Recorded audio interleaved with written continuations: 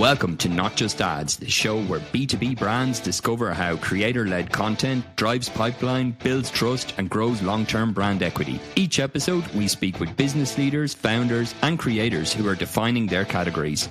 I'm your host, Marcus Sherwin, and this is the Creator Economy for B2B.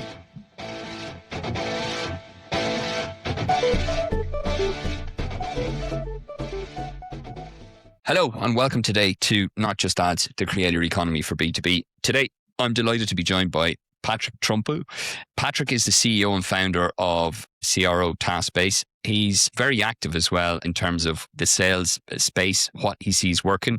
He's an avid practitioner as well, and people that engage with him, they really enjoy his content, I think, because he gives you a front row seat of what's working, what's not, and what he's learning. Patrick, thanks for joining us on the show. Great to have you on. Thank you for inviting me, Marcus.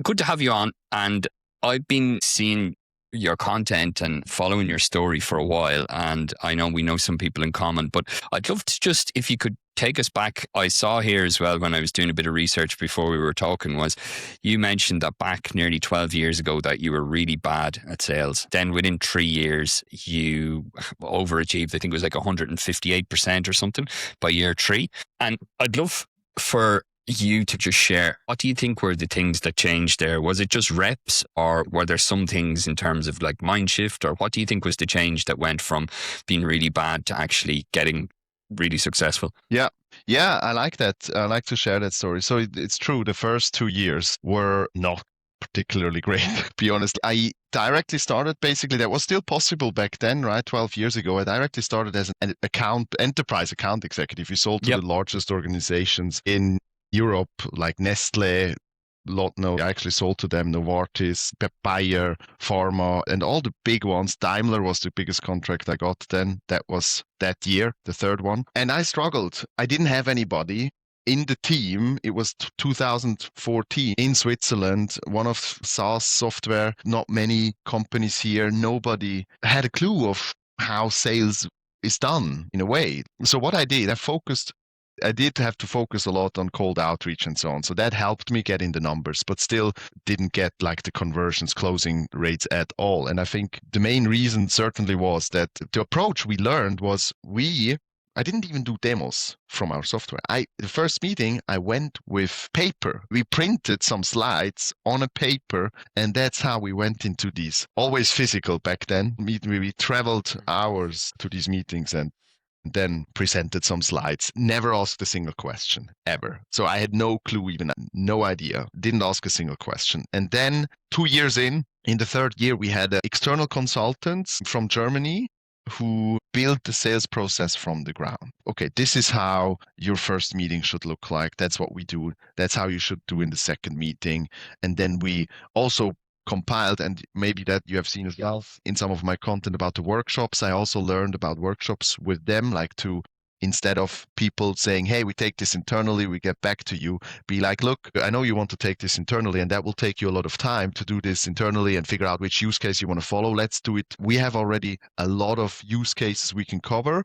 Let's do a workshop and decide on one and blah, blah, blah. So I learned all that through these 2 guys who helped us implement a proper process, basically, with discovery. And the good thing was, actually, it wasn't just a one-time training and then they left and we had to put it into place, because that's almost impossible. And I had some resistance as well towards, I was like, why should I ask questions? Because we have this software, we can only sell this anyway. So what do I need? What does it help me? So it was a bit of resistance I do have that as well, a little bit. I'm quite opinionated on some things, but I also change my mind if I'm convinced. And I did so hundreds of times in my career.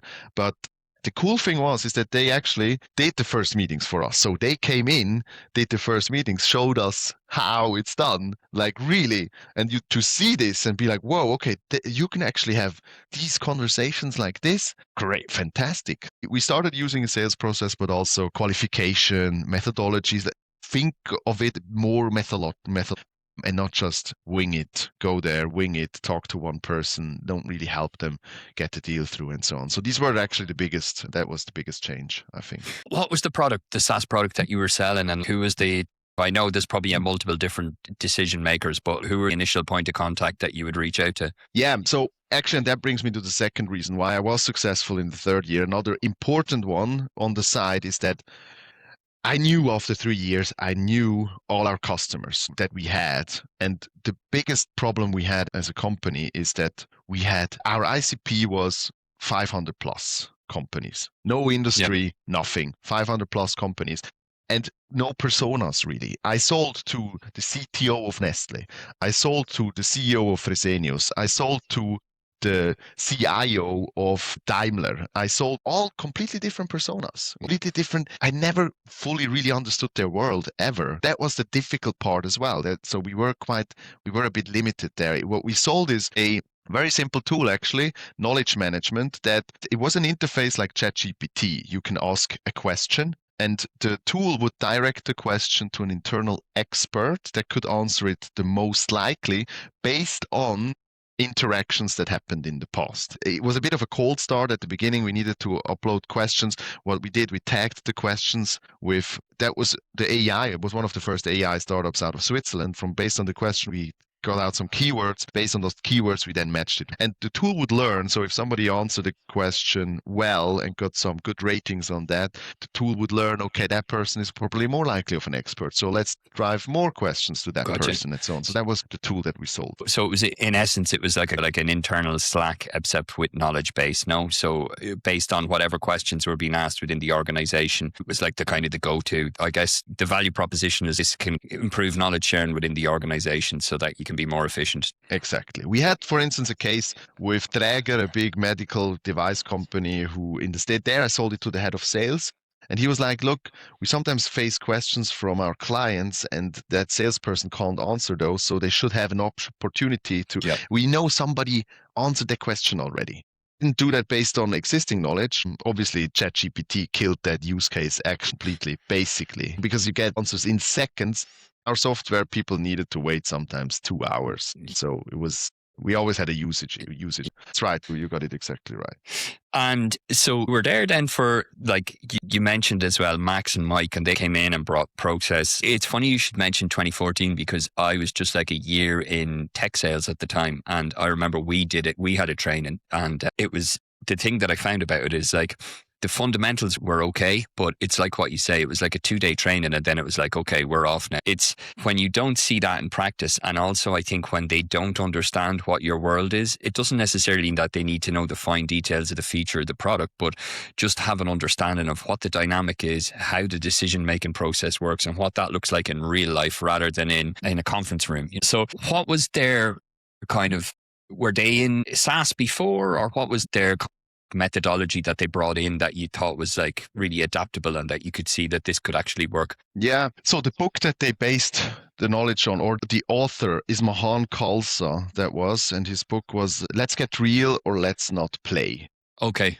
And Mahan Khalsa, I think, not really anymore. I haven't really heard about him anymore since then. I think he's still, I guess, in the US, quite a known or used to be. I don't does that anymore. But there wasn't, so the name methodology or didn't have a specific name, but it's very similar to the stuff we know, I would say, like specific structures, discovery, demo, workshop, and asking the tough questions. Sure. So then you could see, like, once you put a bit of structure to it, then that you could see that there was an outcome there and that you could put people through a process and you could see what the patterns are and so on. What did you do then? Like, you recently, a few years ago, found Taskbase. Maybe you could share just a little bit for the audience what Taskbase is, how it came about, you founding it, and the customers that you serve and the markets that you're in. Yeah, so I was lucky in a way that Taskbase started a bit earlier than I joined. I joined as a late co-founder, basically, but the company was very small, niche area in the learning space. And when I joined, we decided to actually take the learning tool that they have and apply it to sales. Because we always had the problem with the tool before. What Taskbase did, they worked with publisher who have content we have all in school, HarperCollins or some stuff we sold actually to them. So, and they have books, and then we took those books and built an AI coach, an AI tutor in that area based on a book so that you can go through the book as a student, like in a very structured way, and it will know you, it get to know you so that you can go through the book with where you're already at. So sometimes Got we already have the knowledge and we don't need chapter one, so it skips that. And so we then said, let's apply that to sales, because then we don't rely on the publishers giving us the content. As you said, Substack and stuff, I wrote so much, especially also because of that, so that we have a good basis for that coach to coach reps.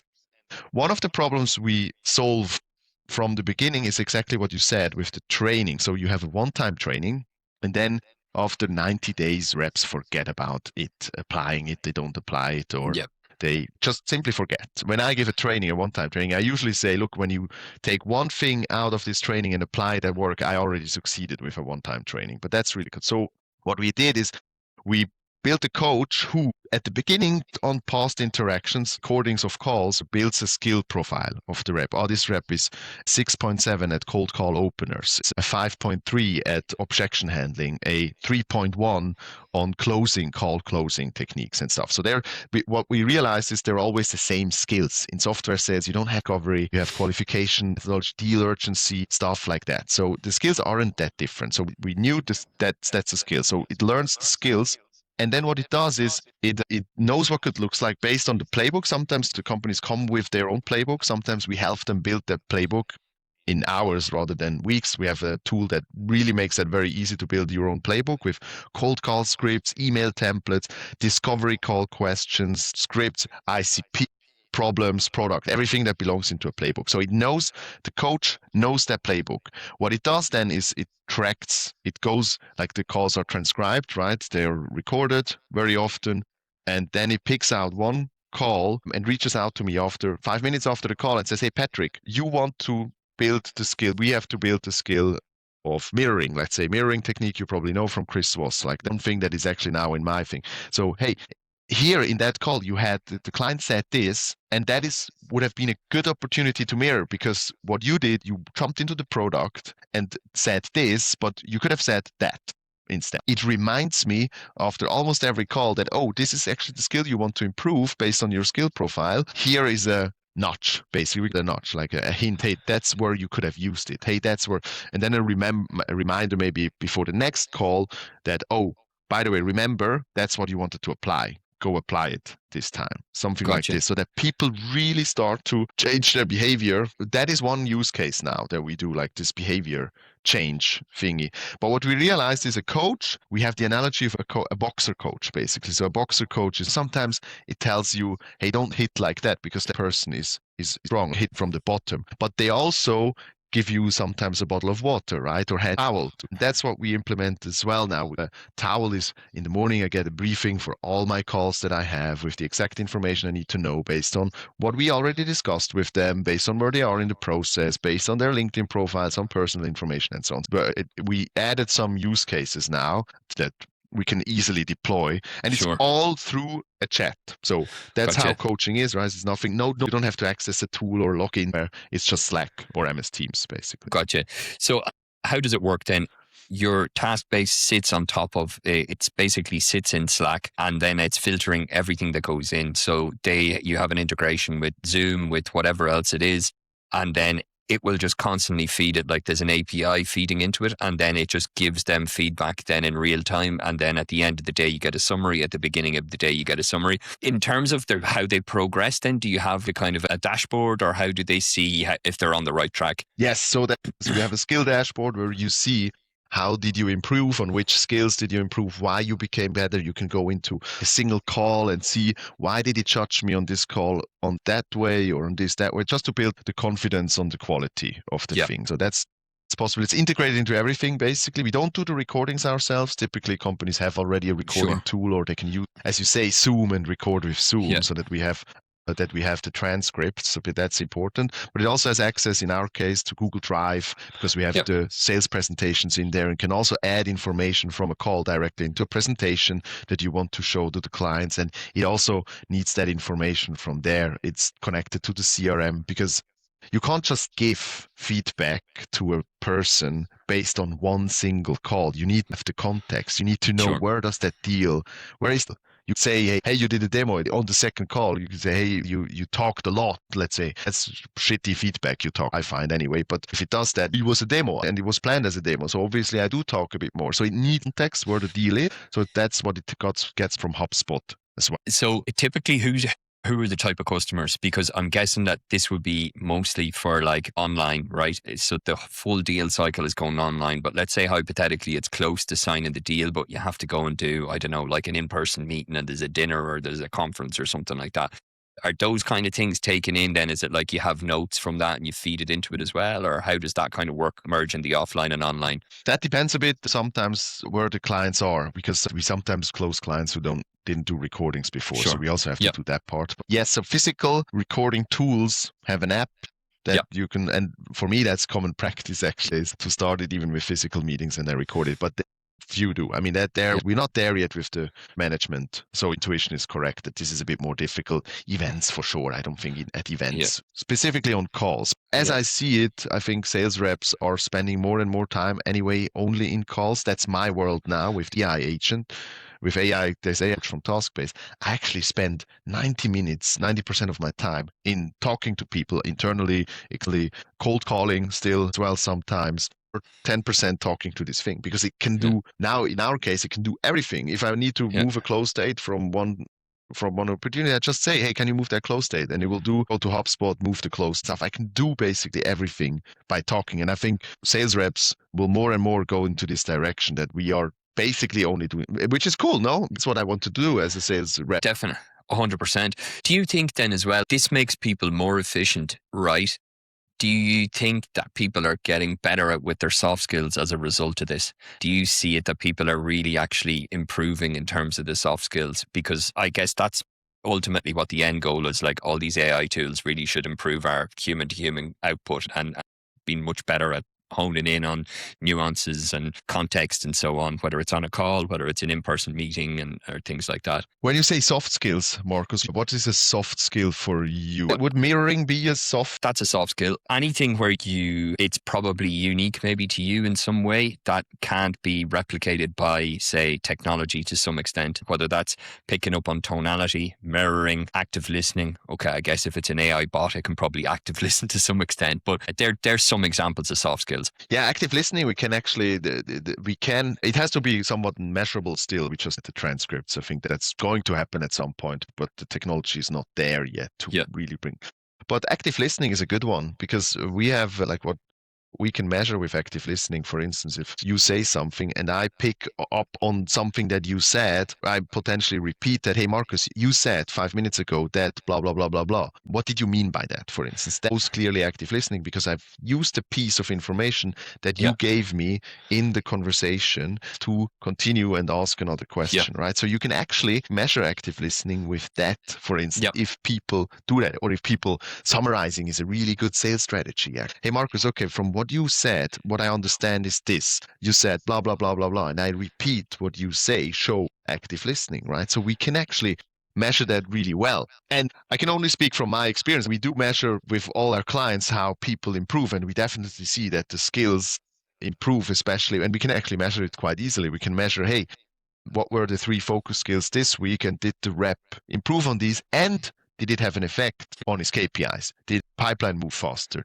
Close dates? Yeah, whatever. Like we can actually measure that. And my personal experience is really these examples that I told you with the mirroring thingy. I got that yesterday again, and I'm like, you have that constant reminder. And also I see my skill profile and I want it to improve. So these two things. It's gamified. It's gamified a bit. Yeah, it's a bit like, not as gamified as Duolingo, which everybody knows. But that purely gamification, a bit of learning, but I'm not sure if somebody really learns there. But anyway, but in this case, it's gamification built in the system with the skill profile. Feel it. I personally feel. Do you think then, to some extent, what's the role of the manager then in this place? Because the manager is obviously there to orchestrate what's going on in the team.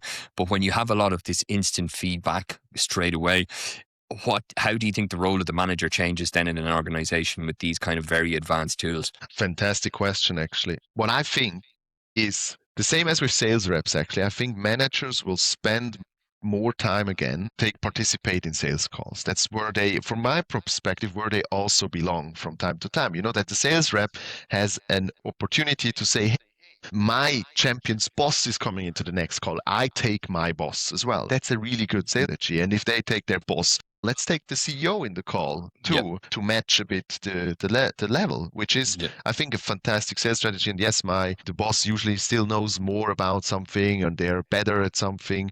I do think that's one thing. I do think coaching should still be connected to a person like my boss. They know where my skills are. They could potentially, because now I see it from my reps where they're weakest. And sometimes I have still a coaching session 1 hour with my reps. And I'm like, look, that's the thing that we have to work on. Let's do a practice session. Let's do some role Yep. plays. Let's do some stuff.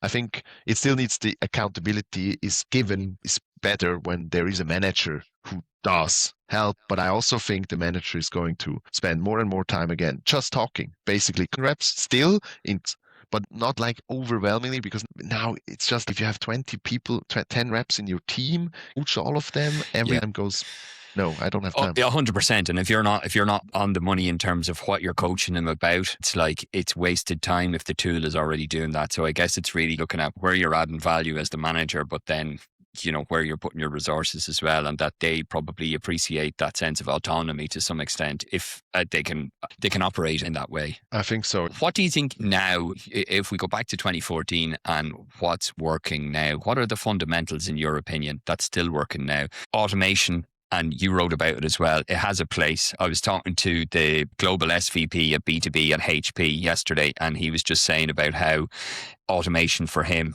it really makes a bad impression on a brand if he's part of a sequence and it just keeps coming through. And I don't think probably there's two sides to the argument. It can work really well in nurturing, and there is a thing there. But I think if you go too far in that direction, you become risky at putting the process into tech, and there is some leakage there, and the issue with brand equity and so on.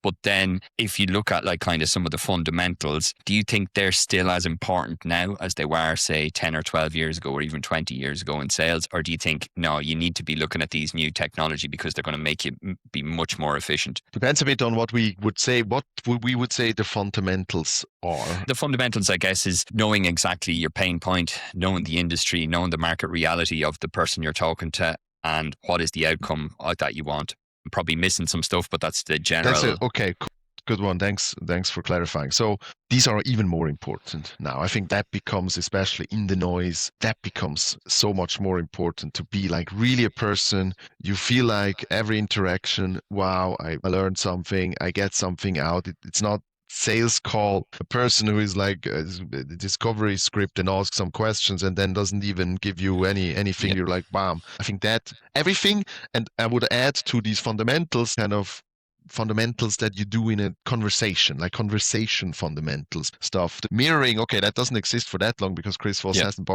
didn't write the book for I don't know 2017 or something. But these so much more important. I do think that because we will spend most of our time in calls and I don't see AI there yet. I don't block myself of believing like a 10% chance that it's going to happen in the next 20 years that even calls are going to be done by AI, but I don't see that yet, really. Not quality. I think quality-wise, you probably couldn't get there. I don't know, but there will be regulation issues you have to say, and I don't know. There will be, but I see you have a very good view on the automation thing here in general, same as I in terms of, okay, like really touch points with clients, emails, sequences and stuff. I think you should use it exactly the way you described it to get some signals. We have a Lemlist campaign running automatically, LinkedIn and email, not like for 5,000 contacts or something like that, just running silently in the background. We see people interact with my emails. They click on the link. They go on the website.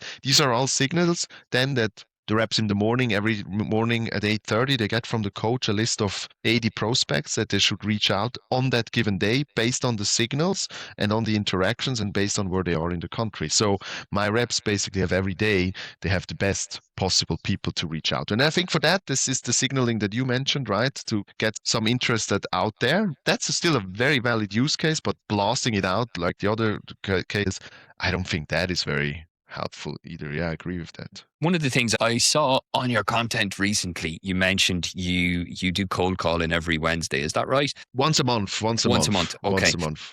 And you mentioned you talked to somebody and you said, I'm paraphrasing now, you can correct me, but it was like, we see that this logistics company and that you have an issue and it's costing you up to 5 minutes per transaction or something like that. And he said to you, 3.5 minutes or something was the reply. 3 minutes, 20. It was in a call center. He was the head of a call center, and they care a lot about the admin work the call center agents have to do after every call, like how many Yep. minutes after every call they have to take notes or do Sure. stuff. And it was this 3 minutes 26 that he. Yeah. Now, for people listening, what's your methodology or your process to go about finding out pain points like that? If somebody's in another sector and they say, okay, look, I know something like that is actually going to get people's attention when I'm speaking with them, but what do you do in order to really get a good understanding or like a really expert understanding of a particular type of pain point, not in a call center, like any kind of methodologies that you use in order to get that kind of insight? You mean to get the understanding of the pain point, basically? Exactly. And what it's costing to the business and so on. And what's your thought process normally to uncover like very specifics like that? Like when you get onto somebody that they know that you know exactly that you've done your homework. Yeah, I'm a bit of a special case here, honestly, now, Marcus, because my team, the task-based product is obviously the product for me, for my owner, get the newest stuff. And I can, like I said, the last 2 months, they were the most life-changing in a way that we deploy and use technology. Task-based coach, the way the new coach, how it helps me every day and how it answers every single question that I have, gives me every report that I need, everything. It's crazy. It's really crazy. So what I do then is obviously, whoa, okay, this helped me incredible. For instance, yesterday or 2 days ago, a client sent me a security questionnaire. These security questionnaires with all the blah, blah, blah that I then sent with the CTO to put the answers together and so on. And I said, hey, look, I added that questionnaire to the Google Drive folder of this company. Go check it out. And I filled out 2 of these questionnaires already with client X and client Y. You check those in the folder, and can you fill that Excel sheet in? And that in 3 minutes filled in. It saved me 5 hours of work. Oh, the easy thing for me is I feel that every single day I can say, wow, this is mind blowing. Prospecting list that I just told you about is more like every morning that my reps get a prospecting list with the signals so that they can do. How many hours does it take me before I go on LinkedIn Sales Navigator to Lusha or Prospeo, find contact data, add it to HubSpot, and then sequence in HubSpot? That takes hours. Big time. So for me, it's very easy. But I'd say talking to clients is the best way. Whenever I started the company, we exited my second company where I worked, also with my best friend. I started and I said, give me all the clients' names. I put together questionnaire, like why did you buy, what is the biggest impact, blah blah blah, and then I had all the information I needed to reach out to, prioritize which case I reached out to, and so on. So that usually be my approach. I'd love to just switch gears a little bit, and in terms of you create a lot of content and you share a lot of what's working, like we talked at the beginning of the show as well about what's not and what you're learning as well. Do you see the content piece being a big driver for business at Taskbase in terms of what you're sharing on Substack, on LinkedIn?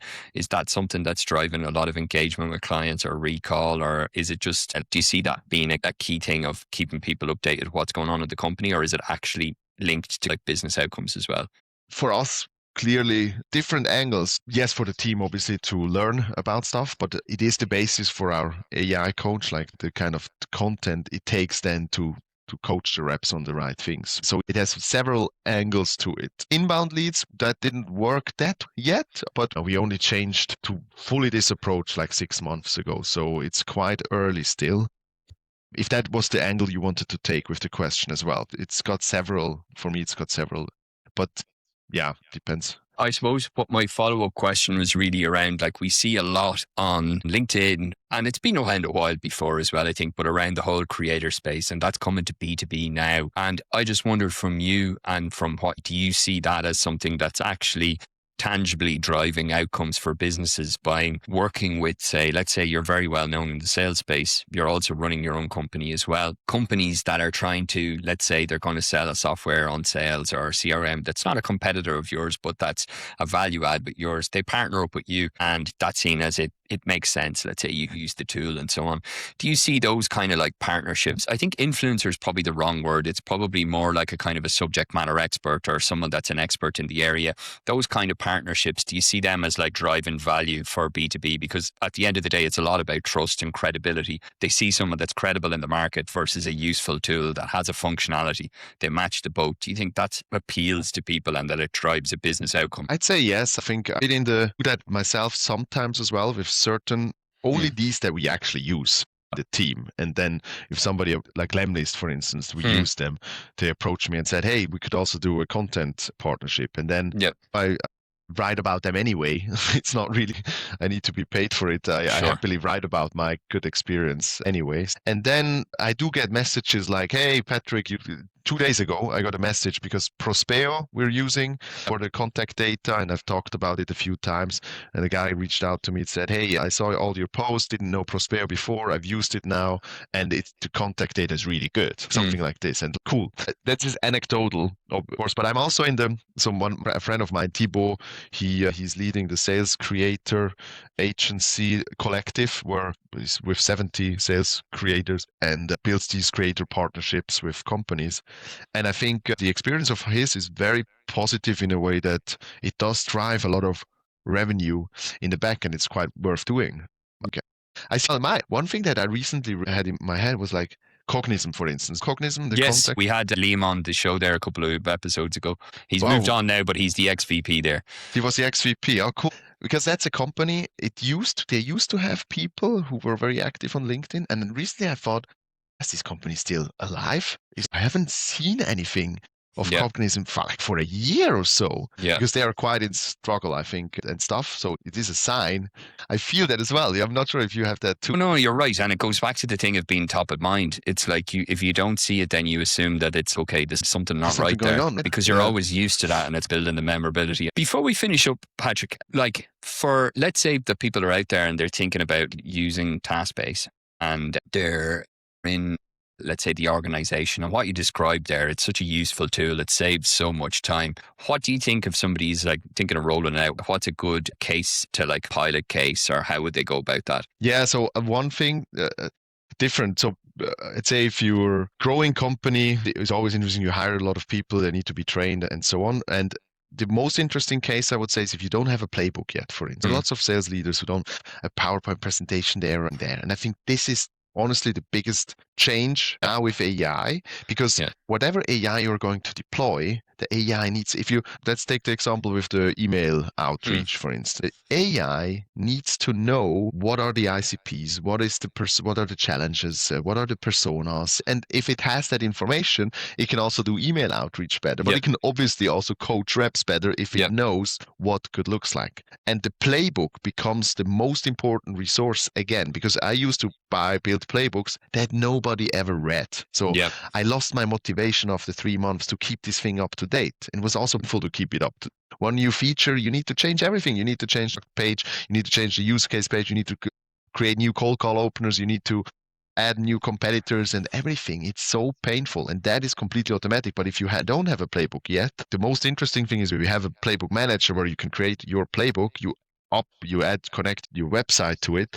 And then you can say, hey, can you compile a cold call script? And it takes all my Substack information on cold calling, everything I ever wrote, and then basically builds a cold call script from that. And that then you can use, obviously, for all your AI initiatives, hopefully then with us, if you want to coach your reps, if you want to build prospecting and all the use cases that we have. So I think if you're early, even it's quite interesting. Now I think it's even interesting for a founder-led sales company that just hires the first 1 or 2 reps to do that. You have it. But also if you have 30 reps and you want to implement a new methodology, the way like what we talked about, what happened with me, also with you, if you want to implement something new and you need people to change, and you have a lot of change, you have a lot of new products, you have then I think it's quite interesting. Any other tools that you use that you're excited about that save you a lot of time that you mentioned? Let's say for people that are doing outreach, anything you find that maybe is not as well known in the market, but that's actually a bit of a hidden gem. Good question. Lemlist, as I said, we use Prospeo, we use for the contact data, but it's kind Yeah. of, we now use basically their API. Actually, Lemlist I find quite easy to use, but it's quite well known. One other thing that we used is call time, where you find people, whether they are actually online based on their Microsoft calendar, whether they are in a meeting or not. So